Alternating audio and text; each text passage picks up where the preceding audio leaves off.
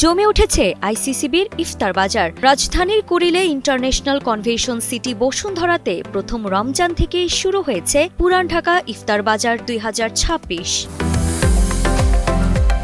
স্বাস্থ্যসম্মত ও ধুলাবালিমুক্ত পরিবেশে পুরান ঢাকার ইফতার উত্তর ঢাকার ভোজন রসিকদের কাছে পৌঁছে দিতে গত এক দশক ধরে এ আয়োজন করে আসছে আইসিসিবি। উদ্যোগটিও সাড়া ফেলেছে, কারণ যানজট ঠেলে অস্বাস্থ্যকর পরিবেশে চকবাজারে যাওয়ার চেয়ে নতুন ঢাকার দোরগোড়ায় ঐতিহ্যের স্বাদ পাওয়া পছন্দ করছেন অনেকে।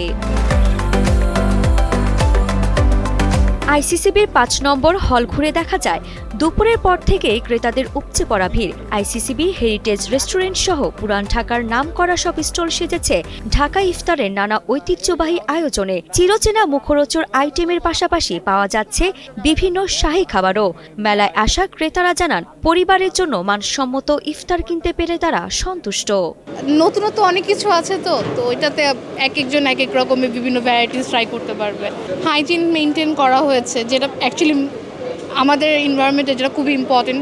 আমাদের যারা আশেপাশে আছে বসুন্ধরাতে যারা থাকে তাদের জন্য তো একদম পারফেক্ট প্লেস। বিং অনেস্ট, আমার কাছে একটু প্রাইসলি লেগেছে, এক্সপেন্সিভ লেগেছে আগের বারের তুলনায়। সবচেয়ে বড় যে ব্যাপার যে সারাদিন সিয়াম সাধনার পরে এইখানে আসলে খাবারের ইন্তজাম, হরেক রকমের খাবার আছে।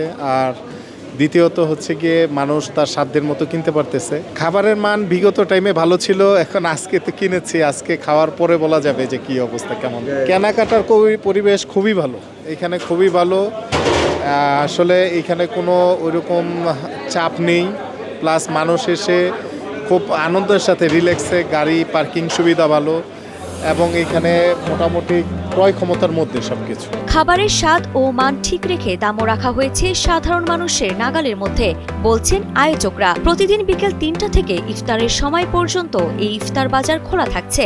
২৭ রমজান পর্যন্ত রোজাদাররা এই আয়োজন উপভোগ করতে পারবেন।